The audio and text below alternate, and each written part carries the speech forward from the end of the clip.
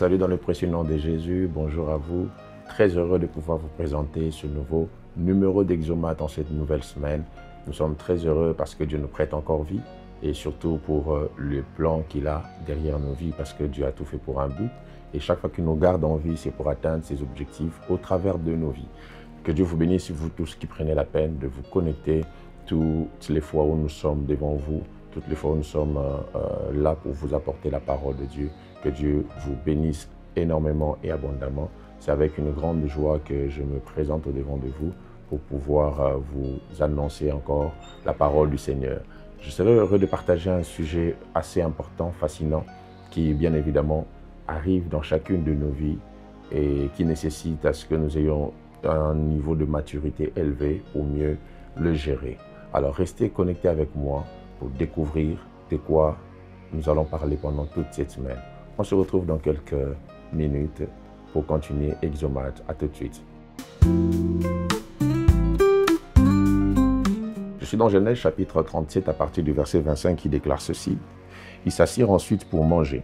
Ayant levé les yeux, ils virent une caravane d'Ismaélites venant de Galade. Leurs chameaux étaient chargés d'aromates, de baume et de myrrhe qu'ils transportaient en Égypte. Alors Judas dit à ses frères, « Que gagnerons-nous à tuer notre frère et à cacher son sang? Venez, vendons-le aux Ismaélites et ne mettons pas la main sur lui, car il est notre frère, notre chair. » Et ses frères l'écoutèrent. Au passage des marchands madianites, ils tirèrent et firent remonter Joseph hors de la citerne, et ils le vendirent pour 20 cycles d'argent aux Ismaélites, qui l'emmenèrent en Égypte. Ruben revint à la citerne, et voici Joseph n'était plus dans la citerne. Il déchira ses vêtements, retourna vers ses frères, et dit, « L'enfant n'y est plus, et moi où irai-je » Ils prirent alors la tunique de Joseph, et ayant tué un bouc, ils plongèrent la tunique dans le sang. Ils envoyèrent à leur père la tunique de plusieurs couleurs, en lui faisant dire, « Voici ce que nous avons trouvé.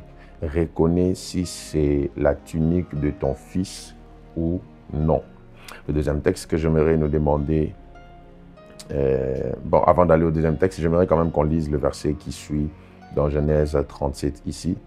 Lorsqu'on a parlé ainsi à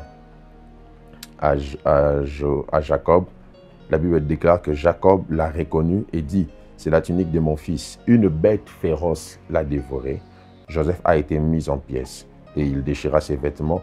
Il mit un sac sur ses reins et il porta longtemps le deuil de son fils.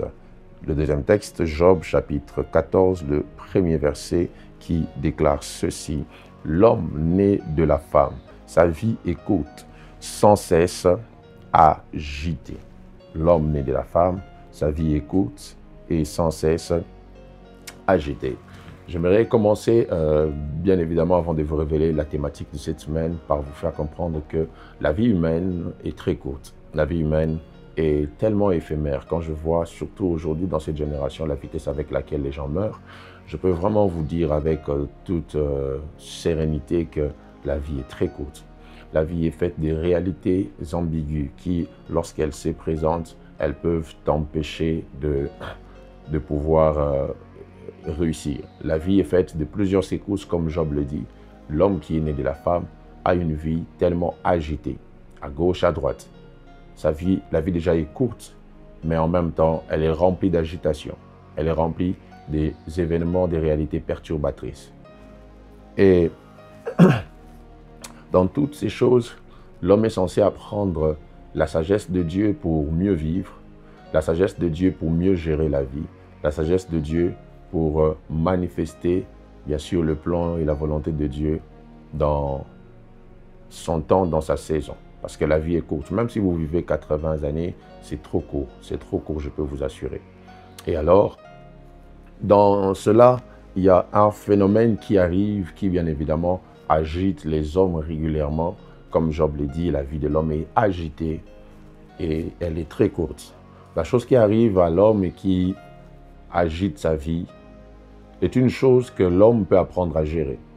C'est une chose que l'homme peut apprendre à contenir. C'est une chose que l'homme peut apprendre à maîtriser afin que cette chose ne puisse pas être une source de destruction. Car, que vous le vouliez ou pas, Cette chose est inévitable dans la vie de l'homme. Et la meilleure façon, la meilleure manière de l'appréhender, c'est de juste apprendre comment dealer ou gérer cette chose. Il s'agit bien évidemment de la crise. C'est de ça que je vais vous parler pendant cette semaine, la crise. Si vous voulez mieux, la gestion de la crise. Je ne parle pas de comment éviter des crises, mais je parle de comment gérer les crises, car les crises sont inévitables dans la vie. Excusez-moi, les crises sont inévitables. Elles s'invitent à nous au moment les plus inattendus, au moment où on le veut le moins. Si déjà il faut en parler, vous devez savoir que la crise est une situation des troubles qui arrivent brusquement, qui est intense, qui secoue et rompt les équilibres tout en exigeant aussi une réponse. La crise, quand elle se présente, elle brise les équilibres. La crise, quand elle se présente, elle vient avec brutalité. La crise, quand elle se présente, elle vient avec intensité. La crise trouble. C'est tout un système qui, lorsqu'il se manifeste, et ça se manifeste dans la brutalité, avec la perturbation, et en même temps, ça vous exige de pouvoir y répondre. Je n'oublierai jamais ce jour où on était délogés de notre toit familial et à 22 h, on était tous dehors. En même temps, c'était une crise. On devait répondre à la question de savoir où est-ce qu'on devait passer nuit. Et vous savez, le père est le leader de la famille. Quand j'ai posé la question à mon père, on va où? Il m'a dit, je ne le sais pas. Il m'a dit, je ne sais pas. Et le fait que lui puisse me dire qu'il ne savait pas où on partait, j'avais dit, ok, c'est fini. Il n'y a pas de réponse à cette crise. Et chaque fois qu'il y a une crise, il y a une situation de trouble. Chaque fois qu'il y a crise, il y a une situation brusque, une situation intense qui brise les équilibres. Chaque fois qu'il y a crise, les choses ne restent pas comme elles étaient avant.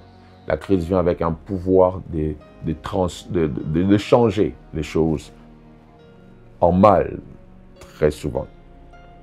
Et vous devez savoir que dès le commencement de l'histoire, la Bible nous expose des crises soudaines dans la vie du premier couple, l'Adam et Ève.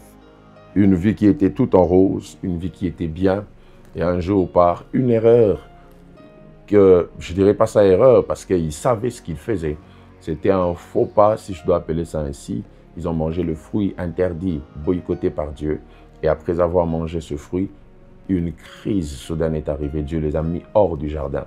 Vous imaginez des gens qui vivaient bien en rose, tout était nickel, tout était bien pour eux. Et du coup, comme ça, un événement vient, un événement se montre, se présente à eux. Et cet événement brise les équilibres. Et dès l'arrivée de cet événement, l'homme ainsi que la femme ont été chassés du jardin. Et après un temps, ils sont arrivés même à perdre leur fils. Ils ont perdu, je dirais même, leurs 2 enfants. Parce qu'ils ont perdu Abel, parce que Caïn l'avait tué. Mais ils ont en même temps perdu Caïn, parce que Dieu l'avait rendu errant. Ils ont perdu leurs 2 enfants. Quelle crise! Quelle crise s'est invitée dans ce couple.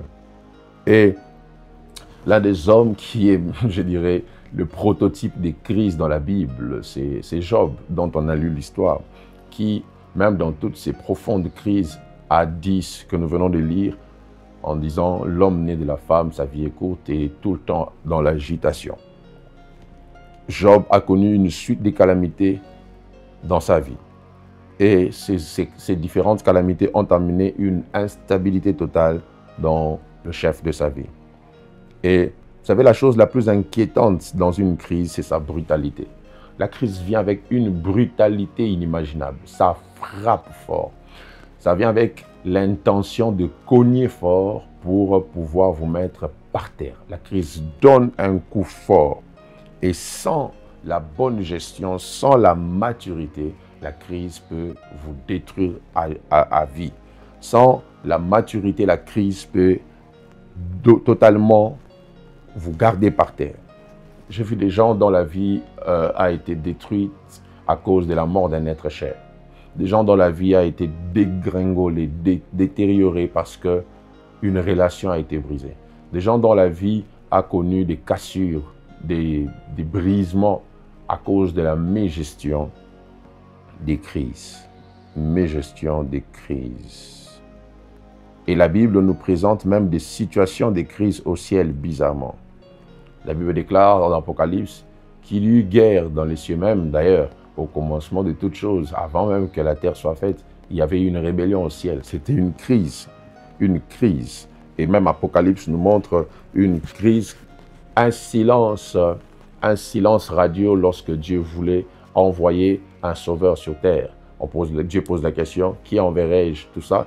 Et Jean dit dans cette vision qu'il faisait que personne n'avait pu ouvrir la bouche pour aller ouvrir le livre et en rompre le sceau. Et la Bible dit qu'il y eut un grand silence dans le ciel. Et Jean a pleuré du fait que personne n'avait pris le devant dans ce sens-là. C'était une forme de crise. Et Jacob a connu aussi plusieurs crises. Je venais de vous lire une histoire ici qui le concernait, cette histoire qui parle de la vente de Joseph, qui était son fils le plus aimé, si je dois le dire ainsi. Et Jacob a connu des crises comme ça. La première crise qu'il a connue, c'était la perte de Rachel. Rachel, la femme qu'il aimait. Rachel, la femme qu'il chérissait. Rachel, la femme envers qui il avait un attachement, mais alors un attachement total. Alors, Rachel a accouché son dernier enfant dans la douleur. Cet enfant qui s'appelait, selon sa mère, Bénionine.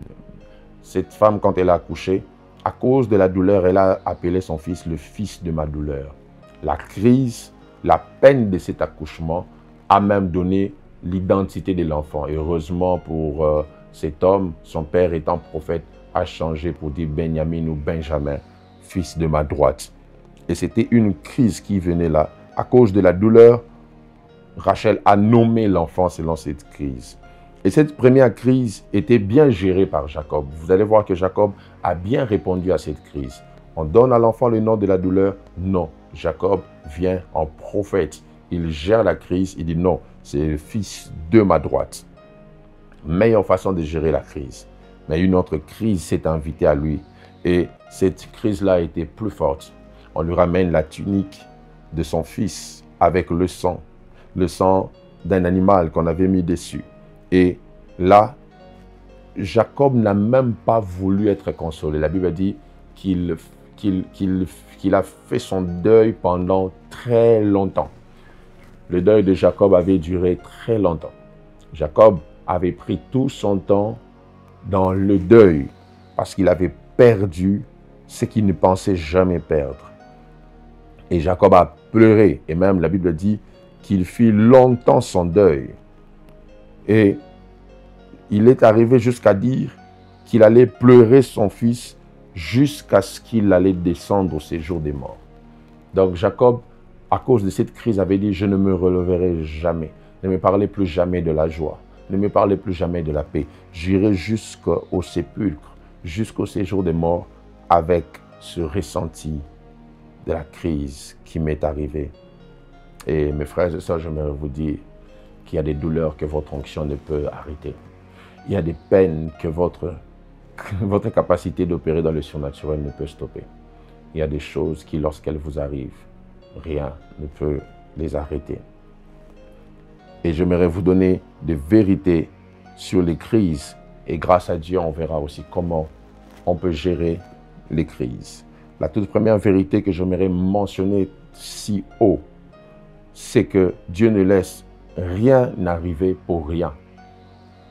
Rien ne peut vous arriver sans but, sans objectif, sans raison. Chaque fois que Dieu permet à ce qu'une crise arrive, c'est qu'il y a un but derrière. Le sage l'a dit dans Proverbes, je crois, chapitre 16, le verset 4, l'Éternel a tout fait pour un but. Tout. Tout ce que Dieu a fait a un but. Tout ce que Dieu a fait. Il n'y a rien que Dieu a fait qui arrive pour rien. Il n'y a pas de hasard dans le vocabulaire de Dieu. Chaque fois qu'une chose arrive, même si c'est une crise, c'est pour un but. C'est pour un but. Dieu fait tout pour un but. Et j'aimerais que vous le sachiez. La crise que vous traversez n'est pas là pour rien. Car Dieu, le Dieu de la Bible, ne fait rien pour rien. Il ne fait rien pour rien. La deuxième vérité que j'aimerais vous balancer aujourd'hui sur les crises, c'est que la finalité de ce par quoi nous passons est et sera pour notre bien. Ah, aussi vrai que ça peut faire mal, trop mal, ça fait pleurer, ça fait leurrer. Mais sachez que c'est par quoi vous passez, c'est par quoi je passe, c'est par quoi Dieu veut que nous puissions tous passer, est vraiment pour notre bien, peu importe la peine que ça nous fait. Et j'aimerais le dire en respectant les crises respectives que chacun de nous rencontre. Je n'aimerais pas le dire en minimisant la peine que vous ressentez dans votre crise. Je respecte cette peine, mais j'aimerais que vous sachiez que ça arrive pour votre bien. Cette crise s'invite à vous pour votre bien. La troisième vérité que j'aimerais vous balancer aujourd'hui, c'est que rien n'est permanent sauf Dieu. Même les crises que vous rencontrez, que vous traversez, ne sont pas permanentes. Elles passent, elles sont passagères. Elles ne restent pas éternelles. Elles ont un temps d'expiration. Ces crises ne peuvent pas rester toute la vie.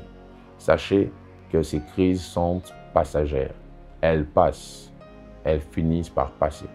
Rien n'est éternel, sauf le Dieu de la Bible. C'est le seul éternel. C'est le seul vrai Dieu. Sachez et retenez-le, mes frères et sœurs, que ce que vous traversez n'est pas éternel. Ça va passer. Ça finira par passer. Aussi vrai que ça vous a mis au niveau le plus bas, ça vous a renversé, ça a brisé vos équilibres. J'aimerais que vous reteniez, que vous sachiez aujourd'hui que rien n'est éternel à part Dieu. Et la quatrième vérité, je veux m'arrêter par là aujourd'hui, c'est que Dieu contrôle tout. Dieu contrôle tout. Tu n'as pas besoin de sentir que Dieu est là. Mais sache que Dieu est là. Lorsque tu traverses, sache simplement que Dieu est avec toi. Oh, j'aime bien quelqu'un qui a chanté Emmanuel est ici présent avec moi. Il est tellement présent avec toi dans toutes les crises que tu traverses, dans toutes ces choses que tu vis. Comme le psalmiste l'a si bien dit, quand je marche dans la vallée de l'ombre de la mort, je ne crains aucun mal, car tu es avec moi. Il est avec toi partout où tu es en train de passer. Il est avec toi, partout où tu es en train de te retrouver. Dans ces situations difficiles que tu ne peux pas admettre, ces situations que tu ne sais pas vivre, Dieu est avec toi. Je prie pour toi. Je prie que le Dieu de la Bible te fortifie. Si tu le peux, tu mets ta main sur ton cœur. Que Dieu donne la paix à ce cœur qui traverse des crises qui vont au-delà de tes attentes, au-delà de ce que tu pouvais imaginer. C'est genre de crise qui, lorsque ça t'arrive, tu as l'impression que le ciel est tombé sur toi et la terre s'est ouverte. Je prie que le Dieu de la Bible te fortifie et te donne la capacité de les outrepasser. Que Dieu te donne la force de les vaincre.